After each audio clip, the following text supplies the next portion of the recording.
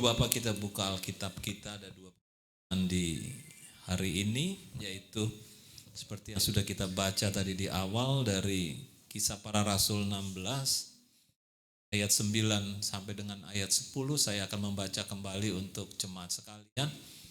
Dari yang pertama pembacaan adalah Kisah Para Rasul 16 ayat 9 dan 10, dan yang dilanjutkan dengan 2 Korintus 5 ayat 20. Kisah Para Rasul 16 ayat 9 sampai 10 mengatakan demikian. Pada malam harinya tampaklah oleh Paulus suatu penglihatan. Ada seorang Makedonia berdiri di situ dan berseru kepadanya, katanya, "Menyeberanglah kemari dan tolonglah kami." Setelah Paulus melihat penglihatan itu, segeralah kami mencari kesempatan untuk berangkat ke Makedonia. Karena dari penglihatan itu kami menarik kesimpulan bahwa Allah telah memanggil kami untuk memberitakan Injil kepada orang-orang di sana. Yang kedua dari 2 Korintus 5 ayat yang ke-20. 2 Korintus 5 ayat yang ke-20 berkata demikian.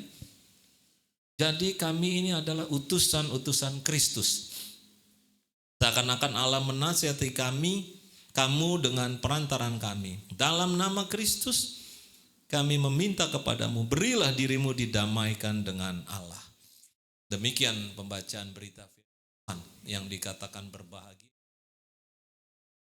Firman Tuhan ini di dalam kehidupan. Apa kabar? Luar biasa ya, hari ini semua kita merayakan kemerdekaan. Ada juga beberapa dari jemaat yang menyampaikan, "Pak, izin Pak, saya tidak datang karena saya harus upacara di sekolah, di kantor dan sebagainya ya." Tapi luar biasa, ada begitu warna-warni yang luar biasa merah putih pada siang hari ini. Ibu bapak saudara yang diberkati Tuhan Yesus, seperti yang tahu pada bulan Agustus ini adalah bulan misi. Dan kita memberitakan Injil untuk ke semua lini di dalam kehidupan hari lepas hari. Dan juga yang menjadi tema kita di hari ini, tema yang diberikan oleh Sinode Gereja Kemah Injil Indonesia adalah gereja menjadi jawaban atas seruan dunia. Siapakah gereja itu? Gedungnya, ya. Gereja bukan hanya gedungnya, gereja adalah persekutuan yang ada di dalam. Jadi jawaban atas seruan dunia saat ini. Ibu bapak saudara yang diberkati Tuhan Yesus, kita juga berada dalam momen yang istimewa ya. Bukan hanya karena bulan misi saja, tidak, tapi kita juga merayakan minggu hari ini, merayakan yang ke berapa tahun kita Indonesia ini? 80 tahun, luar biasa ya. Kemerdekaan 80 tahun. Ada banyak hal yang sudah dilakukan di dalamnya ya. Ibu bapak saudara yang berkati Tuhan Yesus, kita bersyukur karena kemerdekaan bangsa ini adalah anugerah yang diberikannya melalui perjuangan bapak-bapak kita, para pahlawan yang mengorbankan tenaganya, mengorbankan hartanya, bahkan mengorbankan nyawanya. Dan ini adalah hasil keberanian dan menjawab dari seruan rakyat Indonesia yang perlu kita ketahui, selama ratusan tahun hidup dalam penindasan, dan pada akhirnya pada momen tanggal 17 Agustus itu kita memproklamasikan kemerdekaan itu. Nah, namun jemaat, ada satu kenyataan yang harus kita sadari, bahwa kemerdekaan politik ini kan kemerdekaan politik ya, belum berarti kemerdekaan secara sejati. Sebab banyak orang di sekitar kita yang masih diperbudak oleh dosa, terikat dengan kebiasaan-kebiasaan yang menghancurkan, dan juga jauh dari Tuhan. Apakah itu yang dikatakan kemerdekaan sejati? Belum. Dan inilah yang menjadi inti dari bulan misi. Inti dari bulan misi yang dicanangkan oleh Gereja Kemah Injil Indonesia. Di bulan misi ini membawa kabar baik untuk memerdekakan hati manusia, untuk menjawab dari dunia yang memang perlu jawaban-jawaban yang dilandasi oleh kasih Kristus. Nah, sekarang kembali lagi, gereja ada di mana? Saudara dan saya ada di mana tatkala dunia membutuhkan? Nah, seperti Paulus yang mendengar seruan orang Makedonia yang di Kisah Para Rasul tadi, dia langsung bergerak. Nah, kita pun dipanggil untuk menjadi jawaban atas seruan dunia yang saat ini sedang terikat akan dunia, khususnya bangsa Indonesia yang saat ini sedang terpuruk, sedang menunggu jawaban yang ada di dalam ketidakpastian, yang tidak mempunyai harapan ke depan. Sama seperti pahlawan kemerdekaan yang tidak tinggal diam saat bangsanya tertinggal waktu itu, gereja, saudara dan saya tidak boleh tinggal diam. Tidak boleh bertumpang tangan saja, tapi kita harus jeli, harus melihat bahwa bagaimana kita melihat bahwa saat ini dunia tanpa Kristus. Itu yang harus kita lakukan. Kita yang menjadi duta-duta Kristus, ya kita harus kembali lagi bahwa gereja bisa berbuat apa-apa. Gereja gedung. Tapi yang perlu diingat, di dalam gedung itu ada persekutuan. Ada tubuh Kristus. Ada telinga Kristus. Ada tangan Kristus. Ada hati Kristus yang di dalamnya. Ada mulut Kristus. Ada kaki yang bergerak. Dan itu yang diinginkan. Bahwa gereja berperan aktif. Gereja menjawab dari kerinduan dari dunia yang saat ini sangat merindukan kasih Kristus itu. Ada 3 hal yang ingin saya sampaikan berkenaan dengan gereja. Ibu bapak sekalian menjadi jawaban atas seruan dunia. Tidak perlu terlalu jauh kita berpikir. Tapi bagaimana ibu bapak ditempatkan saat ini. Dalam masyarakat, di dalam pekerjaan, di dalam komunitas, di dalam kegiatan-kegiatan hari-hari. Berikan jawaban yang pasti. Untuk orang-orang yang memang saat ini membutuhkan jawaban-jawaban itu. Yang pertama yang ingin saya sampaikan bahwa mendengar dan peka terhadap seruan dunia. Poin yang pertama yang ingin saya sampaikan, mari kita mendengar. Dan kita peka terhadap seruan dunia. Kisah Para Rasul 16 ayat 9 mengatakan, pada malam harinya tampaklah oleh Paulus suatu penglihatan. Ada seorang Makedonia berdiri di situ dan berseru kepadanya, katanya, menyeberanglah kemari dan tolonglah kami. Seperti yang saya sampaikan di beberapa khotbah yang lalu bahwa tatkala Paulus menyeberang ke Makedonia, disitulah Injil mulai tersebar di Eropa. Ini adalah Injil tersebar di Eropa ya. Firman Tuhan yang diangkat oleh Paulus ini. Ya, Paulus mendapat penglihatan di malam itu bahwa seorang Makedonia sedang berseru, datanglah ke Makedonia dan tolonglah kami. Ibu bapak saudara yang diberkati Tuhan Yesus, inilah gambaran dunia yang merindukan kemerdekaan rohani. Hari ini seruan itu bisa datang dari tetangga yang kehilangan arah, atau keluarga kita yang saat ini sedang terhimpit di dalam kehidupannya, atau rekan kerja yang sedang ada dalam tekanan-tekanan, atau generasi-generasi muda yang sedang kebingungan untuk mencari makna dalam kehidupan. Saatnya kita memberikan jawaban. Saatnya kita memberikan kekuatan melalui firman Tuhan, melalui penginjilan, melalui kehidupan yang bisa kita lakukan. 80 tahun yang lalu juga bangsa Indonesia berteriak dan berseru. Dari Sabang sampai Merauke pada waktu itu. Kalau sekarang kan dari Sabang sampai Merauke, dari Miangas sampai ke Pulau Rote. Mereka rindu terbebas dari penjajahan. Nah sekarang para pahlawan mendengar seruan itu dan bertindak. Demikian pula sebagai gereja, saudara dan saya, kita juga harus peka terhadap seruan di sekitar kita. Bukan berarti kita sudah diselamatkan, berarti kita sudah menerima Kristus, kita tinggal diam. Mari kita mendengar seruan-seruan yang ada di sekitar kita. Mari kita memberikan tangan kita. Mari kita memberikan hati kita, mulut kita, kaki kita untuk bergerak.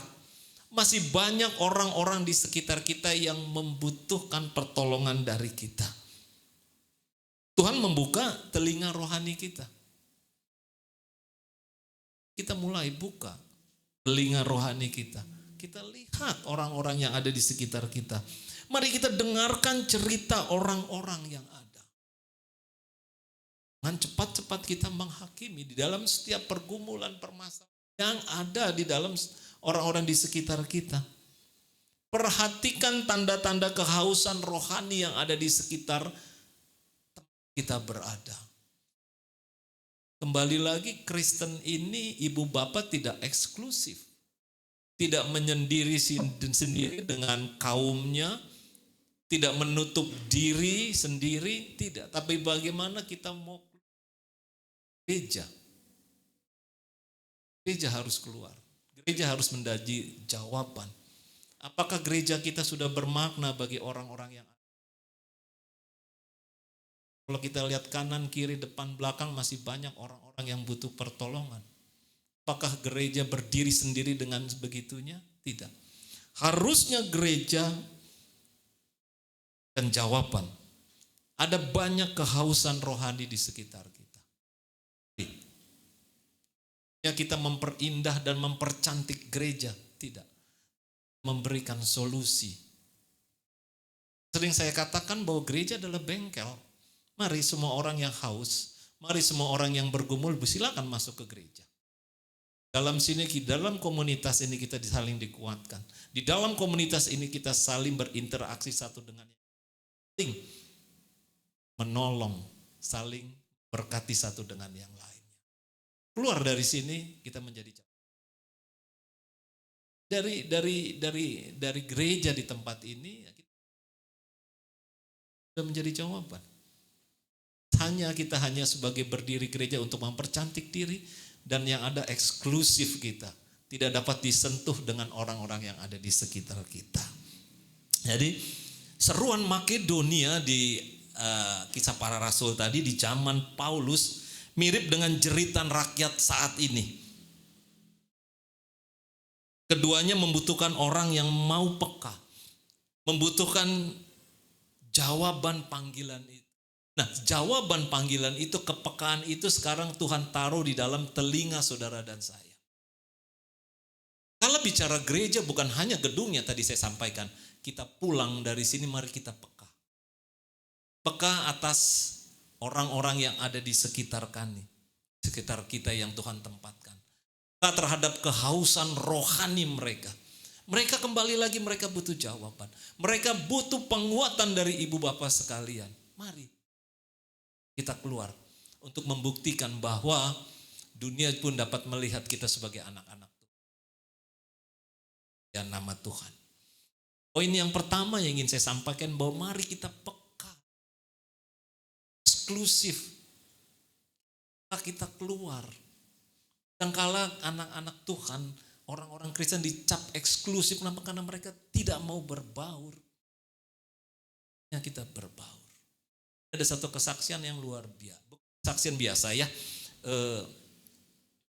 Banyak. Saya buntu di belakang ini kan perumahan buntu. Saya hanya memberikan senyum. Saya coba mulai memberikan senyum. Saya ingin memberikan senyum kepada orang yang lewat. Yang lewat kalau kacanya itu dapat dalamnya. Kalau saya ada berdiri di depan pastori, saya hanya tunduk dan saya hanya senyum. Berikan senyum dan sebagainya. Tidak lama ada seorang ibu datang. Dia berkunjung. Dia katakan, boleh saya masuk, boleh saya ngobrol. Ya, saya ngobrol. Kerudung dan sebagainya. Mulai dia tanyakan saya dari mana. Yang banyak bertanya dia malah. Dia bertanya terus tidak lama. Panggil, bukan saya, panggil istri saya. Brenda, karena dia sudah tua kan. Brenda. Oh, siapa yang bilang? Enggak tahu, seorang ibu tadi dia bawa.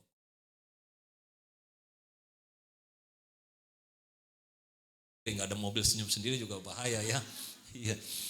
Jadi saya sudah beberapa kali juga orang yang di bawah. Kan paling gampang lewat depan Alfa dan sebagainya. Berapa yang mampir dan akhirnya mau. Mulai dari apa? Dari senyum. Dan mereka, tapi kita tidak tahu. Ibu bapak itu yang pertama, bahwa mari kita peka. Ada banyak orang-orang yang butuh perhatian. Jangan dipikir orang-orang kuat di sekitar kita, kanan kiri kita. Belum tentu juga yang duduk di kanan kiri ibu bapak sekalian hari ini kita juga kuat. Dan kalau kita juga butuh kekuatan. Kalau hari ini Tuhan taruh di dalam hati saudara dan saya, mari kita lakukan. Baik untuk menguatkan. Tuhan memberikan kita kemampuan kok.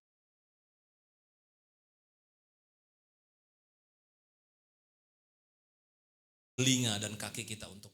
Yang kedua yang ingin saya sampaikan, menjadi duta Kristus yang membawa damai. Duta Kristus yang membawa damai, 2 Korintus 5 ayat 20 dan Matius 5 ayat 9 mengatakan demikian. 2 Korintus 5 ayat 20, jadi kami ini adalah utusan-utusan Kristus. Seakan-akan Allah menasihati kamu dengan perantaran kami. Dalam nama Kristus kami meminta kepadamu, berilah dirimu didamaikan dengan Allah. Kita sudah didamaikan dengan Allah. Sebagai anak Allah. Kenapa? Karena Tuhan sudah mendamaikan kita. Ayat Matius 5 ayat 9 mengatakan, berbahagialah orang yang membawa damai karena mereka akan disebut anak-anak Allah. Kembali lagi, kita adalah duta Kristus. Kita adalah perwakilan kerajaan Allah.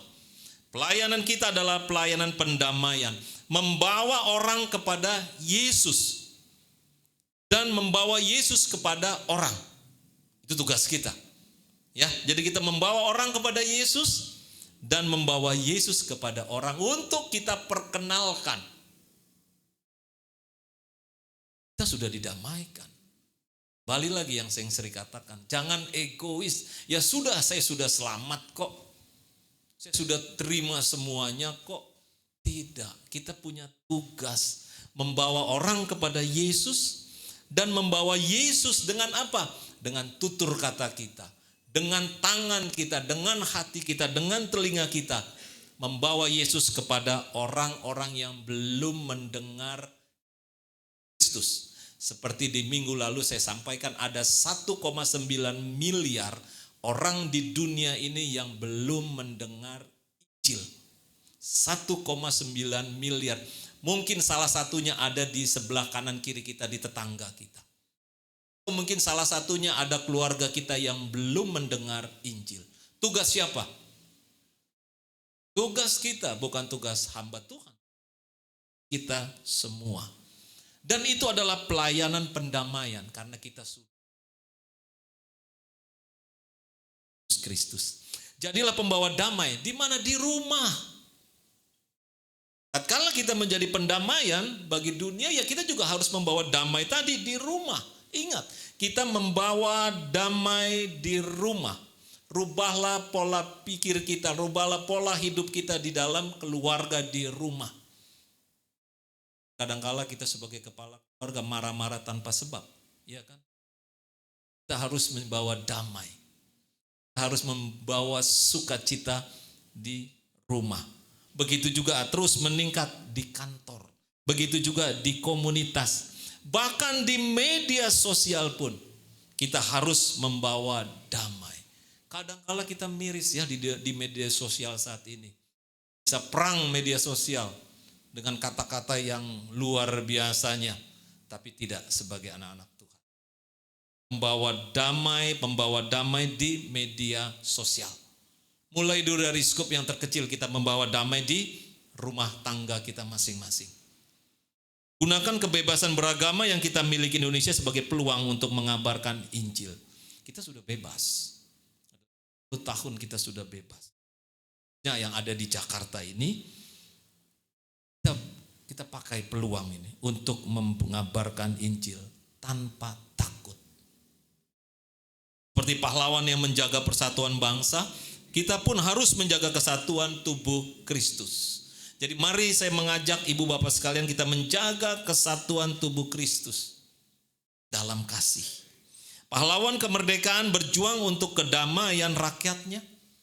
Ibu bapak sekalian, kita berjuang untuk damai sejati yang sudah kita miliki tadi, melampaui dunia tadi, damai sejahtera karena kita sudah didamaikan dengan Allah.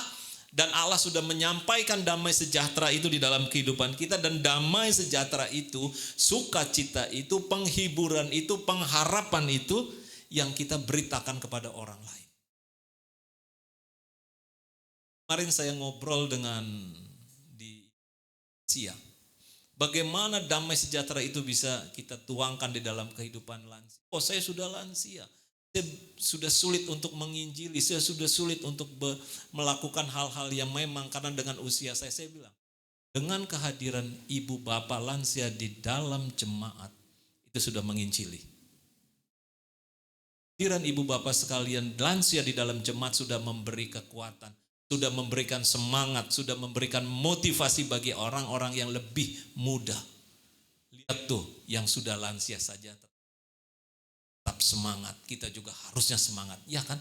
Jadi kehadiran ibu bapak sekalian sudah memotivasi, sudah memberi kekuatan jemaat yang lain.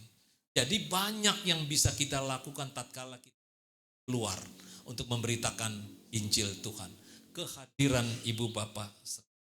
Bagaimana ibu bapak sekalian menghadirkan damai sejahtera tadi? Kembali lagi, keluargamu dulu yang paling mudah. Bagikan damai sejahtera tadi.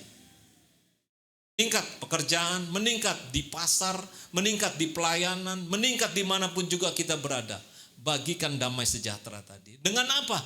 Ya dengan tutur kata. Orang yang melihat, orang yang mendengar apa yang kita sampaikan ada sukacita. Dan itu yang kita bagikan. Itu yang kedua ya, menjadi duta. Ingat, kita menjadi utusan-utusan di mana kita ditempatkan. Kristus membawa apa? Membawa damai. Ingat, membawa damai. Yang ketiga yang ingin saya sampaikan, bergerak cepat menjawab panggilan Tuhan. Kisah Para Rasul 16 ayat 10 dan Yohanes 3 ayat 16 mengatakan demikian. Setelah Paulus melihat penglihatan itu, segeralah kami mencari kesempatan untuk berangkat ke Makedonia. Karena dari penglihatan itu kami menarik kesimpulan bahwa Allah telah memanggil kami untuk memberitakan Injil kepada orang-orang di sana.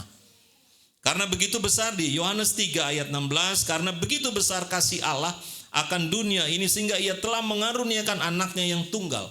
Supaya setiap orang yang percaya kepadanya tidak binasa, melainkan beroleh hidup yang kekal. Tuhan ingin bukan saja kita yang tidak binasa, tapi Tuhan pun mau orang-orang di sekitar kita pun tidak binasa. Bagaimana caranya? Melalui kehidupan saudara dan saya.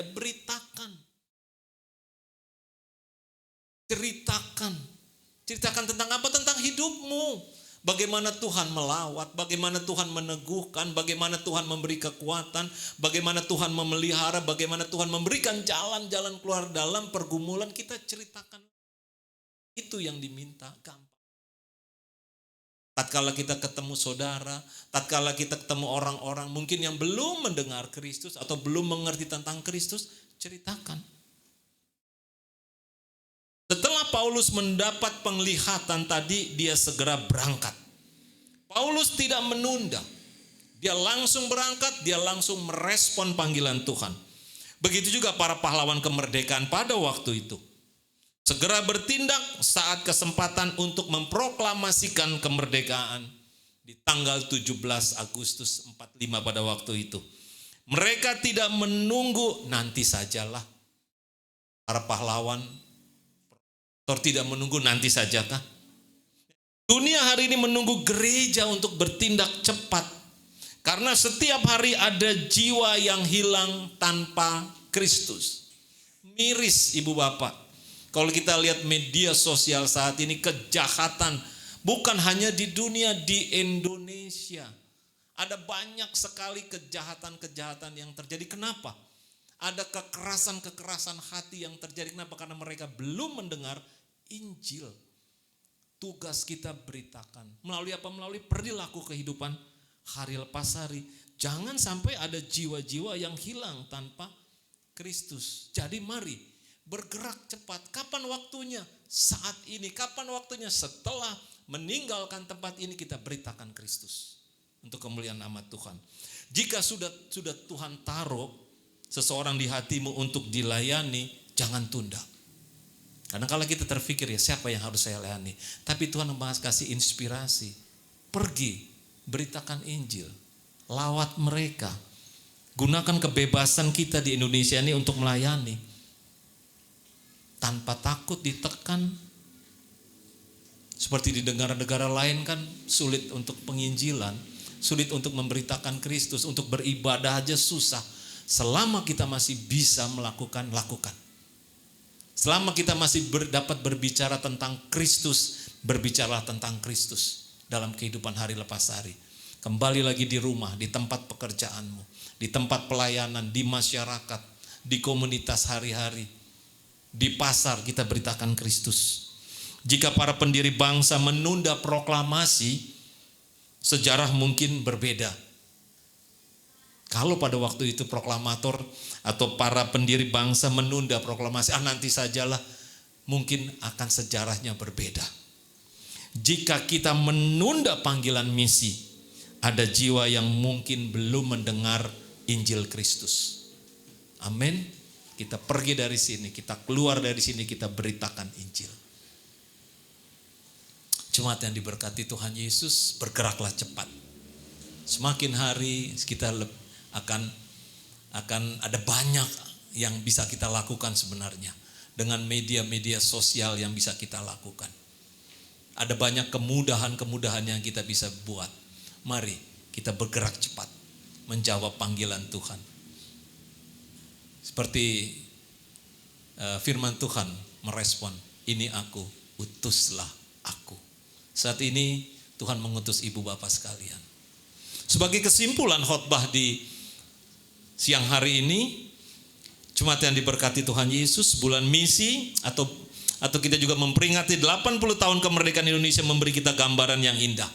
Kita adalah bangsa yang pernah merasakan penderitaan, lalu berseru minta kemerdekaan, dan seruan itu dijawab oleh para pejuang. Mereka rela berkorban untuk bangsa dan negara, untuk saudara dan saya.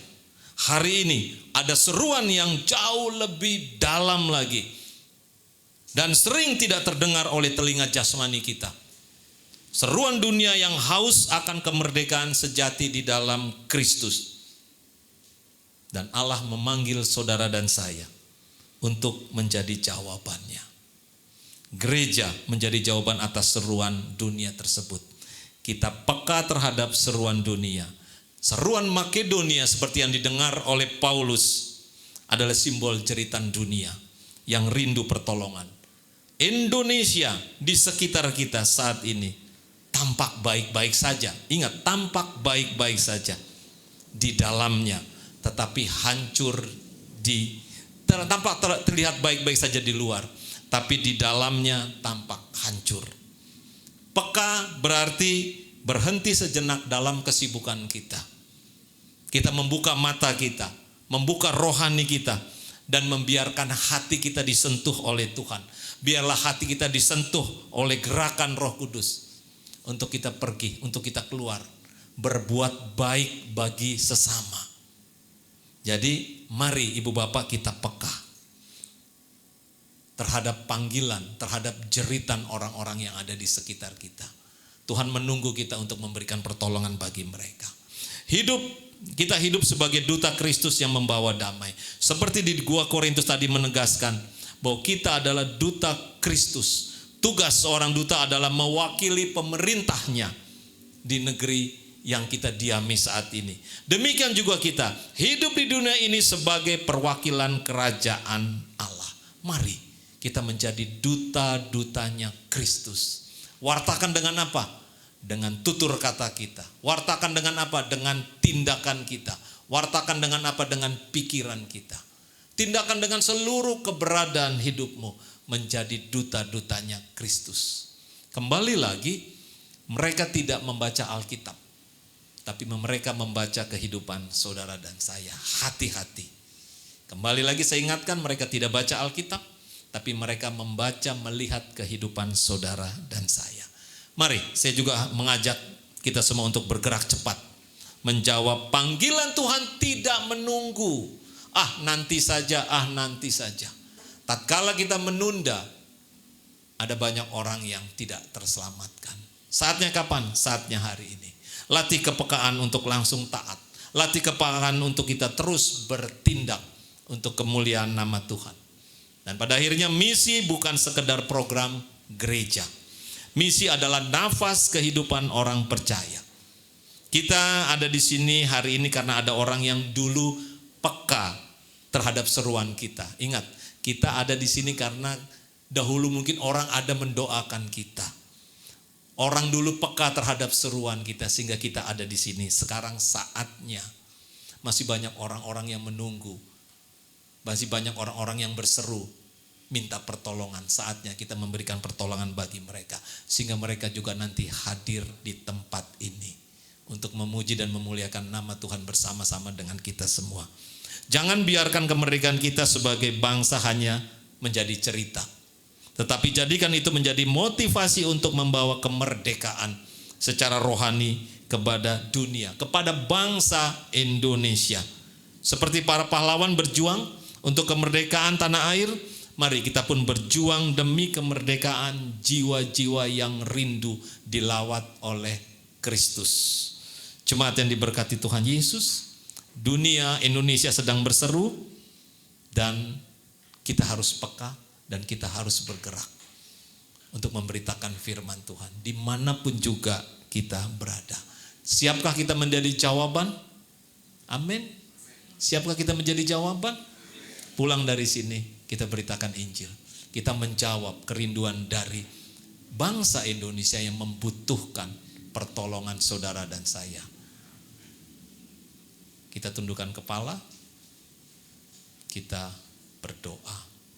Terima kasih Tuhan Yesus untuk firman Tuhan. Terima kasih untuk lawatan Tuhan Yesus. Mengingatkan kepada kita bahwa kita punya tugas sebagai duta-duta Injil. Jangan kami menunggu Tuhan, tapi beri kekuatan, kemampuan untuk kami bergerak untuk memberitakan firman Tuhan. Di tengah-tengah bangsa yang sudah merdeka ini, mampukan kami menjadi pelaku-pelaku firman yang setia. Dan untuk hamba yang sudah menyampaikan, ampuni hamba apabila ada hal-hal yang kurang layak hamba lakukan di dalam kehidupan hari lepas hari, dan khususnya dalam penyampaian hamba dalam firman Tuhan pada siang hari ini. Di dalam nama Tuhan kami Yesus Kristus kami alaskan doa ini. Haleluya. Amin. Merdeka. Amin. Saya kembalikan kepada Eni.